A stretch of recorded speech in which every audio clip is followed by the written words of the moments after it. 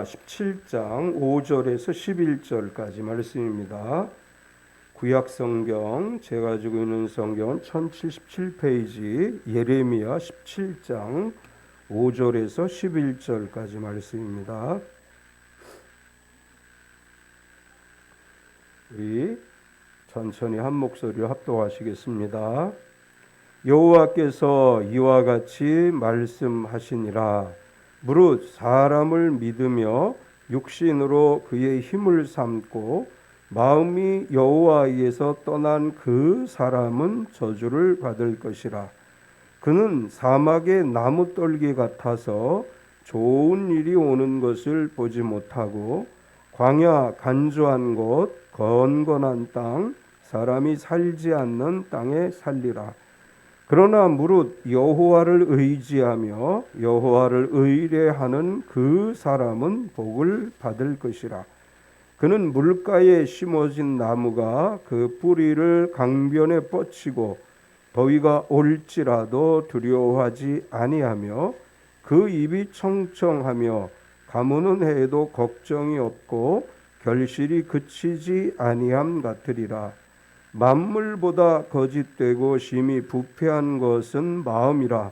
누가 능히 이를 알리오마는 나 여호와는 심장을 살피며 폐부를 시험하고 각각 그 행위와 그의 행실대로 보응하나니 불의로 치부하는 자는 자고새가 낫지 아니한 알을 품음 같아서 그의 중년에 그것이 떠나겠고 마침내 어리석은 자가 되리라. 아멘. 우리 435장 찬양하시고 말씀 나누겠습니다.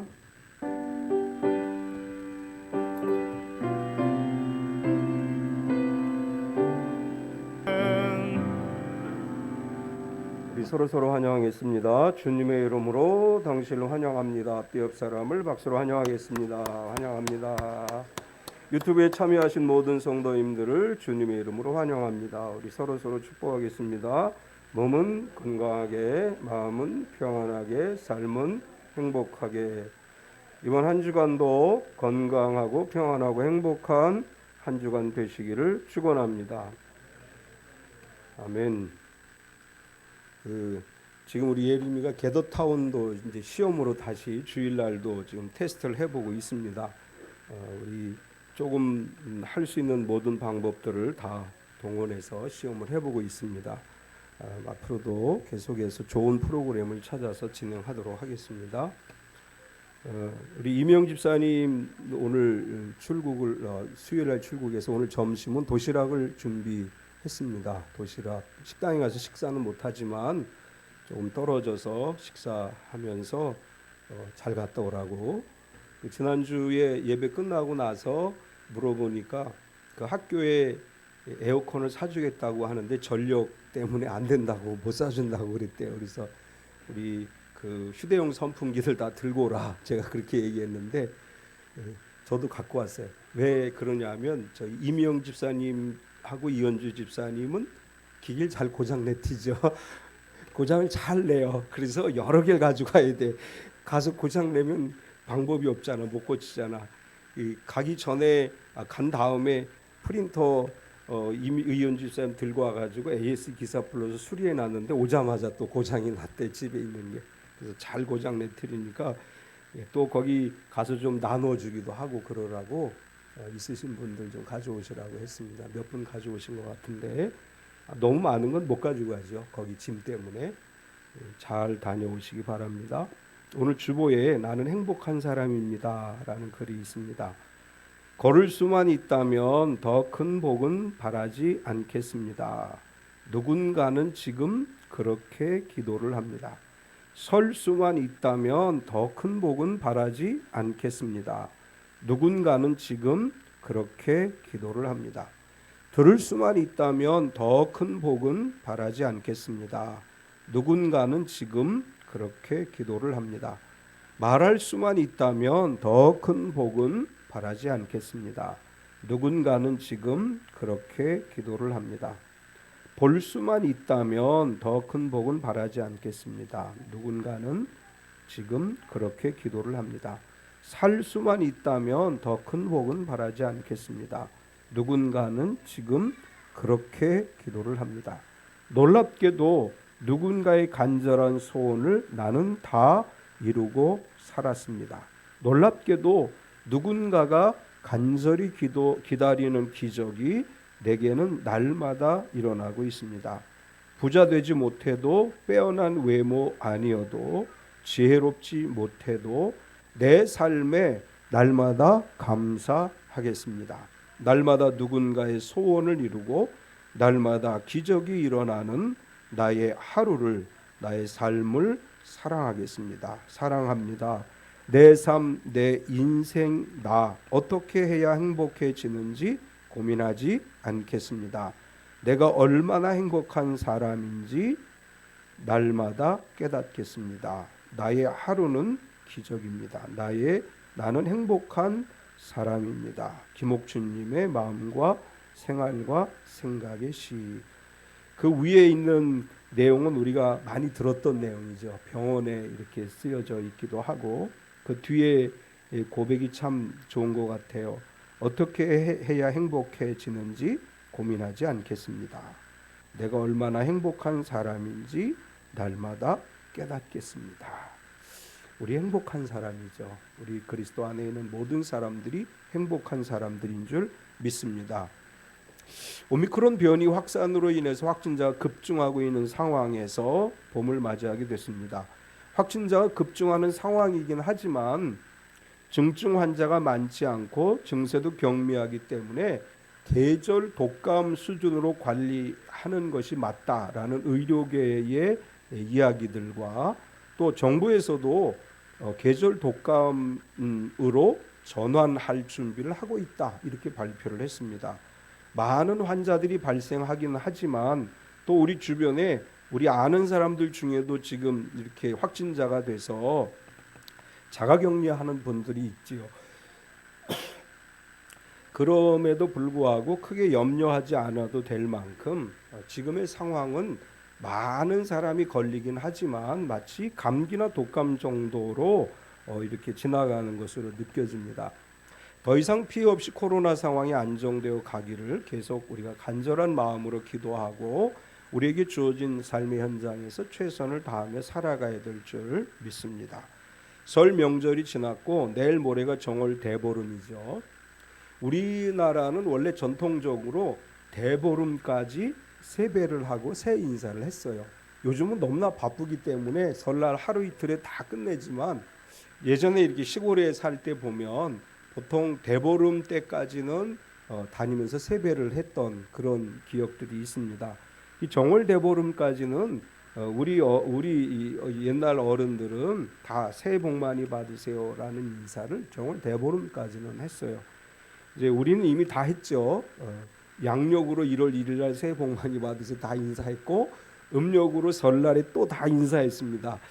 근데 오늘 예레미야 선지자를 통해서 하나님께서 주시는 말씀을 보면서 우리가 성경적 복이라고 하는 개념을 한 번 더 생각해 보게 됩니다. 예레미야 선지자가 이렇게 말씀해요. 그 사람은 복이 있다. 개역개정 성경에서는 그라고 하는 단어가 들어갔지만 원래 원어 성경에서는 그라는 단어가 없습니다. 이 무슨 얘기냐 하면 우리말 성경으로 번역을 하면서 그라고 하는 단어를 삽입했는데 그라고 하는 단어가 갖는 의미는 복을 받을 수 있는 조건을 충족한 사람이라는 의미예요. 그래서 그 사람은 복이 있을 것이라, 이 말은 복을 받을 조건을 충족한 사람은 복이 있다, 이런 복을 받을 것이다, 이런 말입니다. 천빛교회 모든 가족이 복 있는 사람이라는 하나님의 인정을 받게 되기를 축원합니다. 내일 모레가 정월 대보름이지만 아직까지 우리가 새해 인사를 한다면 하나님이 주시는 복을 받는 그 사람이 되시기를 바랍니다. 그 사람이 받을 복을 받는다고 했는데 그 복을 받는 우리 천빛교회 성도가 되기를 바라는 마음으로 예레미야 선지자를 통해서 하나님이 주신 말씀을 중심으로 그 사람은 복을 받을 것이라, 이런 제목으로 은혜를 나누려고 합니다. 오늘 예레미야 선지자를 통해서 하나님께서 우리에게 주시는 말씀은 첫 번째로 복을 받을 사람과 저주받을 사람이 있다, 이렇게 말씀합니다. 복 받기 싫어하는 사람은 없지요. 저주 받고 싶어하는 사람도 없습니다. 사람은 누구나 복 받기를 원하죠. 사람들이 신을 찾는 이유도 복을 받고 싶기 때문에 신을 찾는 것입니다. 대통령 선거를 앞두고 전에 없는 논쟁이 한참 일어나고 있는데 어떤 후보의 부인이 무속 점쟁이에게 빠져 있다. 그래서 무속 신앙을 추종하는 사람을 대통령으로 세울 수는 없지 않느냐. 이런 논란이 지금 일어나고 있습니다. 본인은 자신은 무속을 따르지 않는다. 그래서 여러 교회 가서 예배를 드립니다. 또 한쪽 후보의 부인은 CCC에서 이제 신앙생활을 시작하게 됐고 거듭남의 체험도 했는데 자신은 기독교인이라고 말하고 주일날 예배 드리는데 시어머니 기일에 제사상을 차리기 위해서 장을 봤다. 또 이런 뉴스가 나와요. 무속을 추종하는 것도 조상들의 제사를 중요하게 생각하는 것도 절에 가서 108배를 하는 것도 결과적으로는 복을 받고 싶어서 그런 거죠. 그런데 어떻게 해야 복을 받는지 모르기 때문에 신년이 새해가 되면 점쟁이를 찾아가거나 사주를 보거나 하는 일을 하고 또 제사를 잘 모셔야 된다고 생각을 하고 예전에는 대통령에 나오려고 하는 사람들이 조상묘 이전은 아주 기본으로 했어요. 풍수지리에 따라서 조상의 묘를 잘 써야 대통령이 될 수 있다. 그래서 너도 나도 조상묘를 옮기기도 했습니다. 오늘 성경은 우리가 어떻게 하는 것이 복을 받는 것인지를 분명하게 말씀을 해요. 많은 사람들이 어떻게 하면 복을 받는지를 모르기 때문에 이것도 해보고 저것도 해보고 다 해보는데 사실은 그렇게 함으로 복을 받는 것이 아니고 참 복을 받는 비결은 오직 성경에만 기록되어져 있고 오늘 성경을 통해서 진정한 복을 받는 것이 무엇인지에 관해서 말씀을 합니다. 오늘 예레미야 선지자는 어떤 사람이 복을 받을 사람이고 어떤 사람이 저주받을 사람인지를 분명하게 이야기를 하는데 먼저 저주받을 인생들에 관해서 이야기를 합니다. 저주받을 사람은 어떤 사람이냐? 5절에 보면 여호와께서 이와 같이 말씀하시니라 무릇 사람을 믿으며 육신으로 그의 힘을 삼고 마음이 여호와에게서 떠난 그 사람은 저주를 받을 것이라. 1절에서 4절까지는 예레미야 선지자가 유다의 죄에 관해서 언급을 해요. 하나님이 유다 백성들을 사랑하셔서 출애굽하게 하셨고 가나안 땅에 정착하게 하셨고 다윗을 보내서 나라를 강대하게 하셨는데 왜 지금 멸망해 가고 있느냐? 예레미야 선지자는 유다의 멸망을 눈으로 목격한 사람이에요. 바벨론 포로로 끌려갈 때 함께 그 자리에 있었던 사람이고 애굽에 끌려가고 바벨론에 끌려가는 그런 절망의 상황을 직접 목격한 사람이에요. 유다의 멸망을 바라보고 있는 예레미야는 이렇게 얘기해요. 왜 우리가 하나님의 선민인데 저주받은 삶을 살아가고 있느냐? 그건 아주 간단하다. 그 이유가 무엇인가에 관해서 아주 간단하게 예레미야는 정의하고 있어요. 어떤 사람이 저주를 받느냐? 사람을 믿고 육신의 힘을 삼는 사람이 저주를 받는다. 어리석게도 많은 사람들의 마음에는 늘 누군가 나를 도와줄 것이라는 막연한 기대가 있습니다. 어떤 문제가 생기거나 어려움에 봉착하게 되면 가장 먼저 생각하는 것이 힘 있는 사람을 찾는 거죠.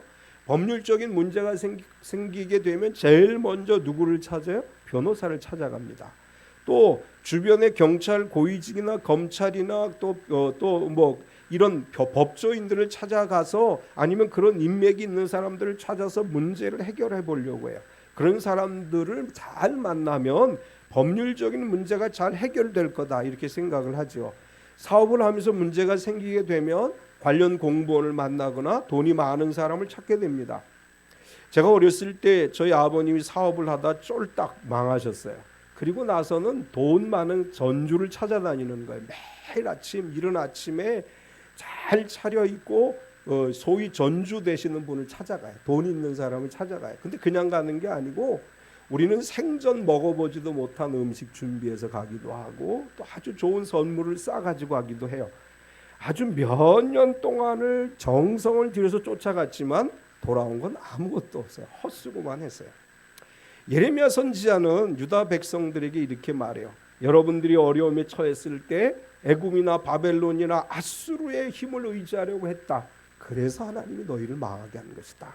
사람을 믿고 육신으로 힘을 삼는 사람, 즉 사람의 힘과 능력을 의지하고 그것으로 문제를 해결하려고 하는 사람들은 결과적으로 저주를 받게 되는 것이다. 결국 사람을 의지하는 거 다 소용없는 일이다. 사람의 힘을 의지하려고 하는 것도 다 힘이 없는 것이다. 이렇게 말한 다음에 사람을 의지하는 이유가 뭐냐 하면 마음이 여호와에게서 떠났기 때문이다. 어떤 사람이 저주를 받느냐? 마음이 여호와에게서 떠난 사람이 저주를 받는 것이다.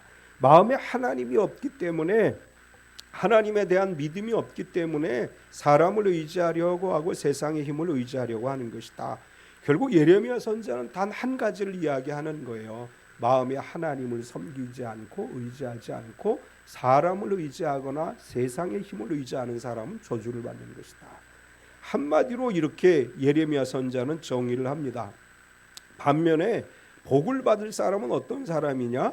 여호와를 의지하며 여호와를 의뢰하는 그 사람이 복을 받는다.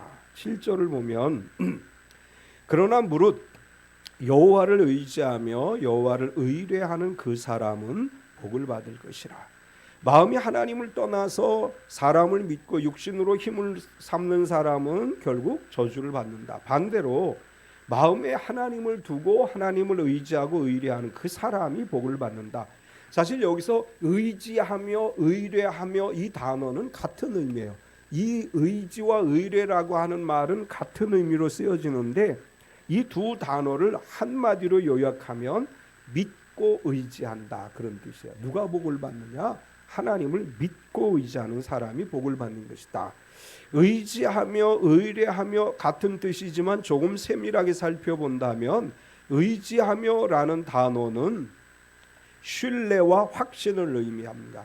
하나님에 대한 분명한 신뢰를 가지고 확신 있는 믿음으로 살아가는 것이 의지라고 하는 단어를 설명하는 것이고, 또한 의뢰하다라는 말은 의지한다라는 말과 함께 안심하다, 염려가 없다, 이런 의미가 담겨 있어요. 그러니까 하나님을 의지하고 하나님을 의뢰한다는 말을 우리가 이렇게 해석할 수 있습니다. 하나님에 대해 절대 신뢰하고 확신하기 때문에 아무런 염려가 없이 평안하게 살아가는 것이라고 정의할 수 있어요. 우리가 믿음으로 산다고 하는 게 뭐냐? 하나님이 살아계심을 믿고 하나님이 내 삶을 지켜주심을 믿고 걱정과 근심과 염려 가운데 살아가는 것이 아니라 어떠한 어려움 속에서도 마음의 평안을 누리고 어떠한 상황이 오더라도 염려하지 않고 살아가는 것이 하나님을 의지하고 의뢰하는 것입니다. 하나님을 의지하고 의뢰하는 사람은 당연히 복을 받는 거예요. 우리가 하나님에 대한 확신을 가지고 어떠한 어려운 일이 우리 앞에 와도 걱정하고 두려워하고 염려하는 것이 아니고 염려하지 않고 마음의 평안을 누리며 살아간다면 하는 모든 일이 형통하게 되어 있습니다. 예레미야 선지자는 저주받을 인생에 관해서 이야기하고 또한 하나님의 복을 누릴 그 사람에 대해서 이야기를 했습니다. 하나님의 복을 받는 그 사람이 참빛교회 모든 성도인 줄 믿습니다. 하나님에 대한 확신을 가지고 걱정하지 마시고 두려워하지 말고 믿음으로 나아갈 때 하나님이 주는 복을 누릴 줄로 믿습니다. 두 번째는 저주받는 자의 삶에 대해서 이야기를 했어요. 그 저주받는 게 뭐냐? 뭐가 저주받는 것이냐? 저주받는 것에 대해서 예레미야 선지 아주 또 간략하게 이야기하죠. 저주받는 자의 삶은 사막의 떨기나무 같은 것이다. 6절을 보면 그는 사막의 떨기나무 같아서 좋은 일이 오는 것을 보지 못하고 광야 간조한 것 건건한 땅 사람이 살지 않는 땅에 살리라.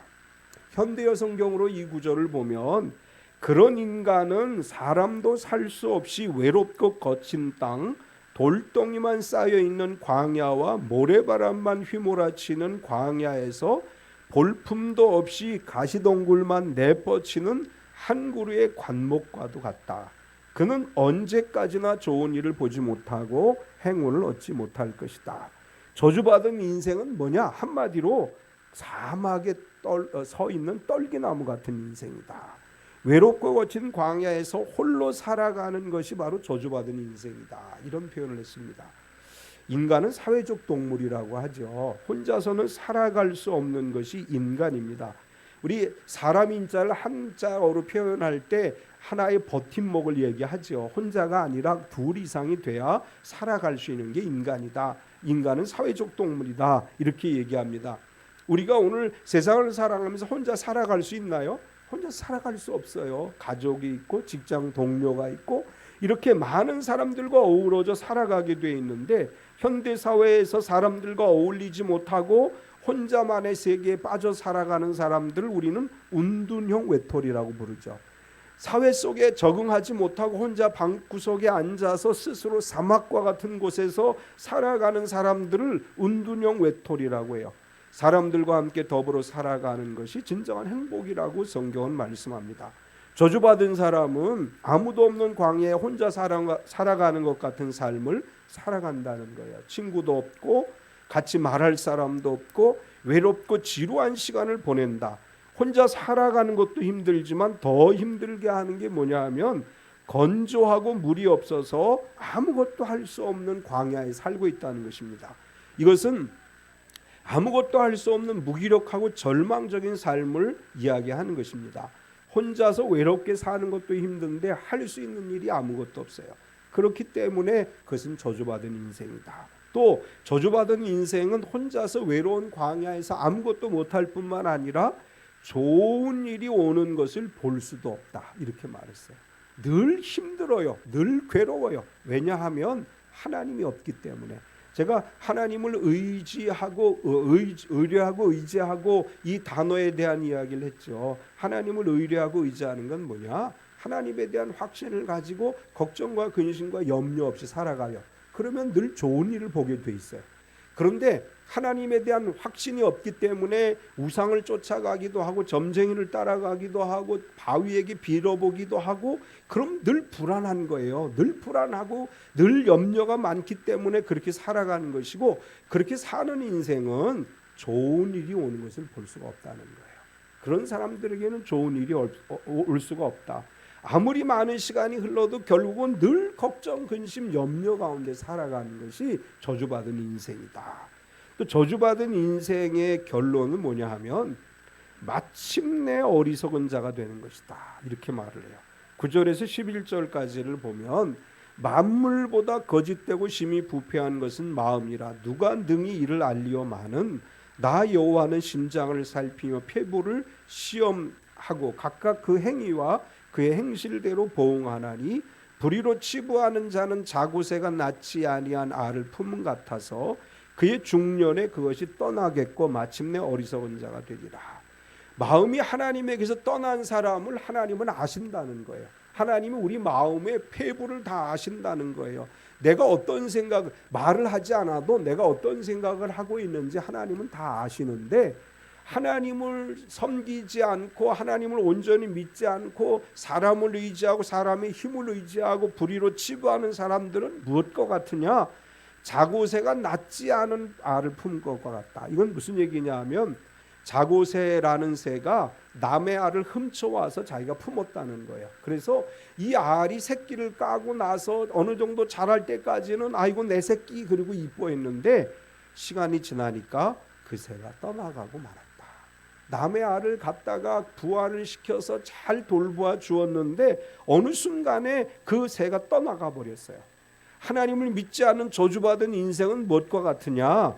자기가 잘 품어서 이렇게 이제 부화가 되고 자라난 새가 떠나가는 것처럼 중년에 모든 것이 다 떠나가게 될 것이고 마침내 결론이 뭐냐? 어리석은 자가 되는 것이다. 결국 자신의 손으로 수고한 모든 것이 내게 남아있지 않고 다 떠나간다는 얘기예요. 이것에 대해서 전도서 6장 2절은 이렇게 말씀해요.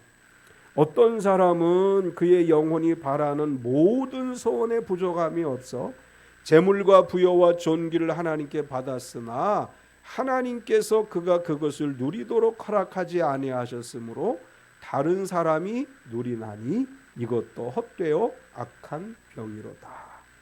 하나님을 믿지 않으면서 아무리 많은 걸 가져본들 다 떠나간다는 거예요. 내가 누리지 못한다는 거예요. 좋은 집을 짓고 아주 거기에 좋은 물건을 가득히 채워놨는데 어느 순간에 다 빼앗겨요. 내게 아무것도 남아있지 않아요. 그게 저주받은 인생이라는 거예요.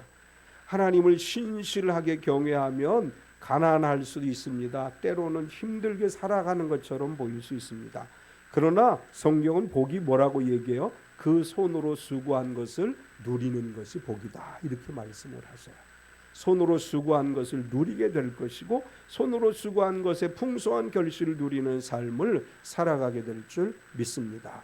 계속해서 예레미야 선지자는 그 사람이 받는 복에 대해서 선포를 해요. 저주받을 인생은 어떤 것이냐? 사막의 떨기나무와 같은 것이고 마침내 내가 얼마나 어리석었는가를 깨닫게 되는 게 저주받은 인생이다. 반면에 그 사람, 복을 받은 그 사람의 삶은 어떠냐? 물가에 심기워진 나무 같은 복을 받는다. 8절을 보면 그는 물가에 심어진 나무가 그 뿌리를 강변에 뻗치고 더위가 올지라도 두려워하지 아니하며 그 잎이 청청하며 가무는 해도 걱정이 없고 결실이 그치지 아니함 같으리라. 중동 지역에는 비가 잘 내리지 않기 때문에 건조한 땅이죠. 나무를 심어도 물이 제대로 공급되지 않고 곡식을 심어도 물이 없으면 열매를 맺지 못합니다. 사막과 같은 중동 지역에도 그런데 강이 흘러요. 이스라엘에는 요단강이라고 하는 강이 흐르는데 요단강은 갈릴리 호수에서부터 물이 흘러내립니다. 요단강 주변에 나무들이 있는데 그 강 주변에 있는 나무들과 같은 하나님의 은혜를 누리는 것이 복받은 사람의 삶이라고 이야기를 합니다. 강 주변에 나무가 있을 때 그 나무들은 더위가 와도 두렵지 않다. 이렇게 말씀해요. 더위가 와도 두렵지 않다고 하는 말은 나무들은 이제 햇볕이 쨍쨍 내리쬐는 이 중동 지역의 나무들은 해가 계속해서 쬐이는 이 상황 속에서 물이 없을 때 그 나무들이 이제 말라 죽을 것이다라는 두려움을 갖게 되는데 강가에 심기워진 나무들은 물가에 심기워진 나무들은 강으로부터 물을 공급받기 때문에 아무리 강한 더위가 온다 할지라도 두려워하지 않게 된다라는 말씀입니다. 하나님을 믿고 의지하는 사람의 삶은 물가에 심겨진 나무와 같은 삶인 줄 믿습니다. 어떤 어려움이 와도 두려워하지 않아요.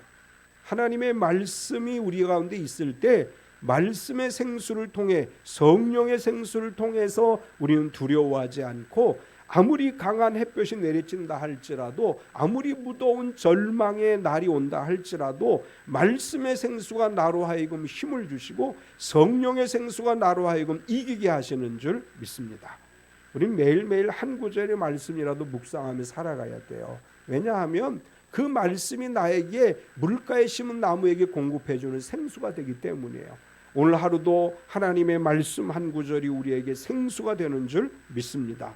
생명의 강에서 끊임없이 생수를 공급받는다면 아무리 더위와 같은 시련이 온다 할지라도 이겨낼 수 있습니다. 삶의 현장에서 하나님의 말씀 붙들고 두려워하지 말고 담대하게 승리하는 삶이 되시기 바랍니다. 그 사람이 복받은 사람이에요. 또한 물가에 심겨진 나무는 가무는 해에도 걱정이 없습니다. 이건 뭐 너무나 당연한 거죠. 강으로부터 물이 공급되어지기 때문에 아무리 가물어도 걱정할 일이 없습니다. 그 사람이 받을 복은 어떤 상황에서도 걱정할 것이 없다는 거예요.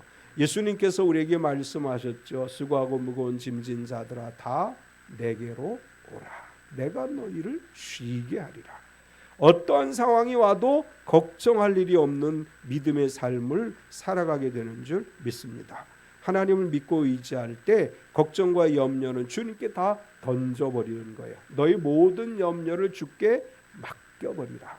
맡겨버리다 이 말의 의미는 던져버리라 그런 말이에요. 주님께 다 던져버리게 될 때 주님이 주시는 평안과 위로를 누리며 살아가게 될 줄 믿습니다. 물가에 심겨진 나무는 결실이 그치지 않습니다.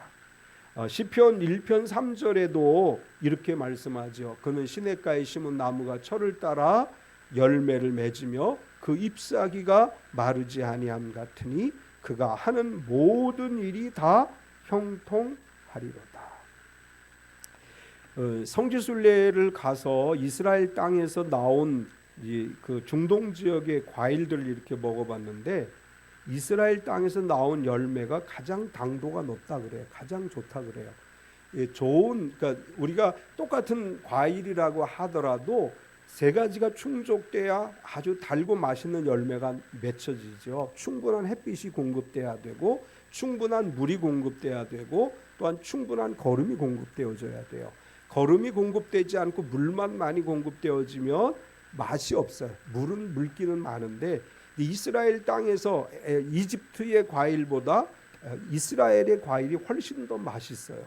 이스라엘 땅이 햇볕이 더 강하게 내리쬐지만 충분한 물을 공급받고 또한 이스라엘 사람들이 농사 기술이 발달해서 충분한 영양분을 공급해줘서 좋은 열매를 맺기 때문입니다. 우리가 이 땅을 살아가는 동안 하나님께서 우리에게 충분한 햇볕, 영적 햇볕을 비춰주시고 말씀의 생수를 제공해 주시고 성령의 거름을 제공해 주셔서 우리의 삶에 풍성한 열매를 맺게 하시는 줄 믿습니다. 철을 따라 열매를 맺는 것은 시편 1편 3절에서 뭐라고 표현했느냐 하면 모든 일이 다 형통하리로다. 모든 일이 다 형통하게 되는 우리 참교회 모든 성도가 되시기를 축원합니다. 오늘 이 시편 1편 1절과 3절의 말씀과 예레미야 17장의 말씀이 매우 유사하죠. 오늘 시편 1편 1절에서 3절까지 말씀을 같이 합독하면서 말씀을 마치겠습니다. 복 있는 사람은 악인들의 꾀를 따르지 아니하며 죄인들의 길에 서지 아니하며 오만한 자들의 자리에 앉지 아니하고 오직 여호와의 율법을 즐거워하여 그의 율법을 주야로 묵상하는 자로다.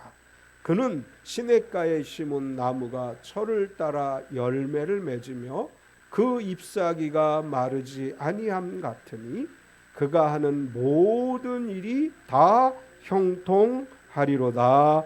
아멘. 하나님 감사합니다. 우리 참빛교회 모든 성도가 예레미야 선지자를 통해서 말씀하신 그 사람은 복을 받을 것이라 그 사람이 되게 하여 주시옵소서. 우리가 이 땅 살아가면서 걱정하고 근심하고 염려할 것이 아니라 아무리 뜨거운 태양이 내리쬐고 비가 오지 않는다 할지라도 물가에 심기어진 나무는 두려워하지 않고 걱정하지 않는다고 하셨사오니 참빛교회 모든 성도들이 어떠한 시련이 와도 두려워하지 않고 걱정하지 않게 하시되 말씀의 생수와 성령의 생수로 날마다 승리하는 삶을 살아가게 하여 주시옵소서. 우리가 어느 곳에 있든지 하나님의 성령의 생수와 말씀의 생수가 우리에게 힘이 되고 능력이 되는 줄 믿습니다. 우리는 물가에 심기어진 나무인 줄 믿습니다. 모든 일이 다 형통하는 참빛교회 가족이 되게 하여 주시옵소서. 예수님의 이름으로 기도드리옵나이다. 아멘.